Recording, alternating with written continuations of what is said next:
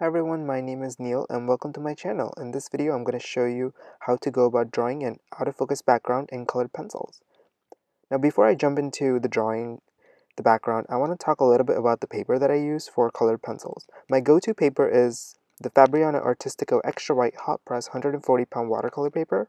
I like this paper a lot because it takes lots of layers and it works great with paint thinner, which is what I use to blend the colored pencil. Well, it's not really blending, but dissolving the binder that holds the pigment. These are some of the drawings that I've completed using this paper. I recently discovered this next paper by accident, and I'm really happy with the results that I got from using Canson XL cold press watercolor paper. Because it's cold press, it has a bit of texture, but not a lot of texture compared to other cold press paper, and the color pencil sticks to this paper really well, and it works great with paint thinner. It doesn't take a lot of layers like the Fabrinao though.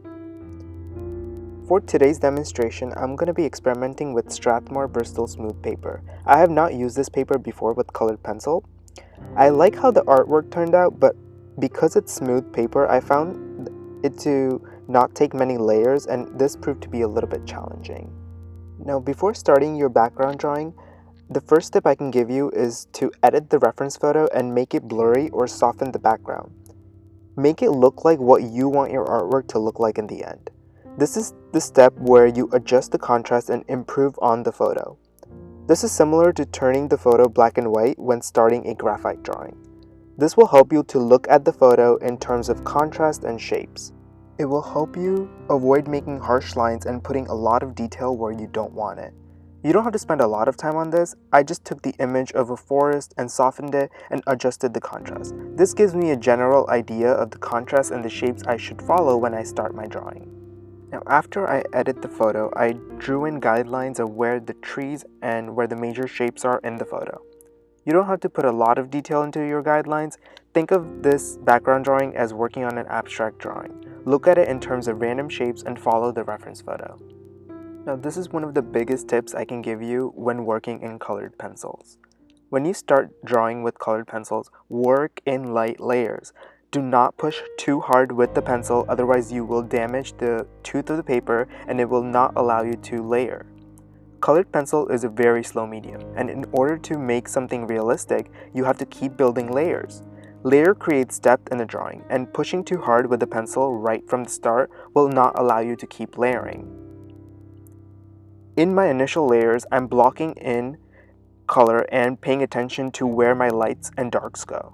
I'm not worried about the exact color and what color I should use because I can keep layering and adjust that later.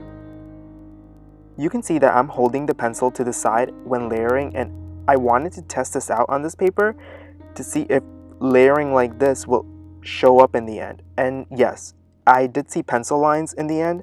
So if you're using this paper, work in small circles and don't just start drawing lines everywhere. If I was using Canson XL or Fabrinao, this would be okay. It doesn't really show that much in the end. Also, I don't keep my pencil sharp all the time when working like this because since I don't have to put any detail in the background, it's okay to not have a sharp point. I'm also layering the greens on top of the black and other colors I use. You have to overlap colors to create that out of focus background. You want your colors to blend into one another to create that soft edge. You don't want those harsh lines showing up in your soft, blurry background. Look at your reference photo closely when working on your background. After I get few layers on the paper, I will blend that out with paint thinner. I will let that dry and work on another area or just go on top and build more layers once it dries.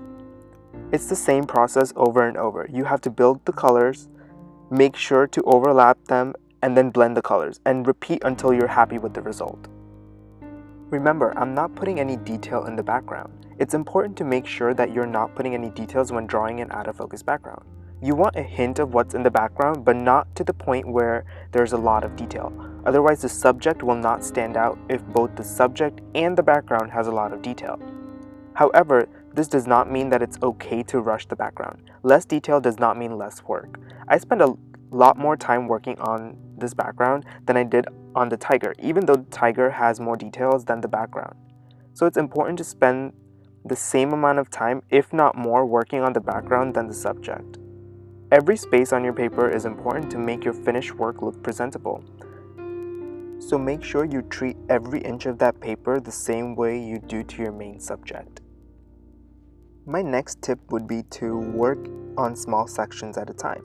The reason why background takes a lot of time is because they take up most of the space. If working on a large area intimidates you, break it down into small sections. Work on completing or almost completing a section and move on to the next area. This way you can spend a lot more time studying a small section of a specific area in your photo. And remember, you don't have to be perfect when drawing a background. Just a hint of what's in the background is enough to create a blurry background. Also, you don't have to follow your reference photo exactly if you don't want to. When I edited this reference photo for the background, I added some teal and other colors that weren't in the original photo, and that's okay. And when I was going for this drawing, I just wanted a hint of those large trees in the background and the grass on the bottom. That's all I was going for, and that's what I followed from the reference photo. Now, the last thing I want to say is that don't give up. Like I mentioned before, color pencil takes a lot of time and patience. If your initial layers don't look good, mine never does, don't get discouraged. Take a break if you need to, and keep layering those colors and take your time to study the reference photo. It takes a lot of practice if you have never done something like this before, but it's not impossible. Keep trying and don't give up on your artwork. This piece challenged me a lot because this paper didn't allow for lots of layering like I'm used to with other paper, and I wanted to quit, but I kept going and experimented with using different colors I don't normally use, and I really like how the finished drawing looks. I want to encourage you all to try things and experiment with things that you don't normally do in your art. Now, what I'm doing right here is adding tiny little circles overlapping each other to give me that bouquet look, but you don't have to do this, it's completely optional.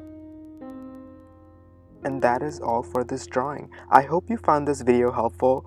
Here is the finished drawing.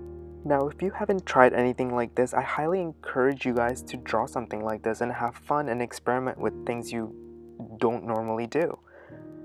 Now, if you want to see the tiger drawing, I will upload that soon, so make sure you hit that subscribe button and hit that bell icon so you don't miss out on that video. If you would like to see in-progress photos of my artwork, you can follow me on Instagram and Facebook. I'll leave the links in the video description, and I'll see you guys next time. Bye.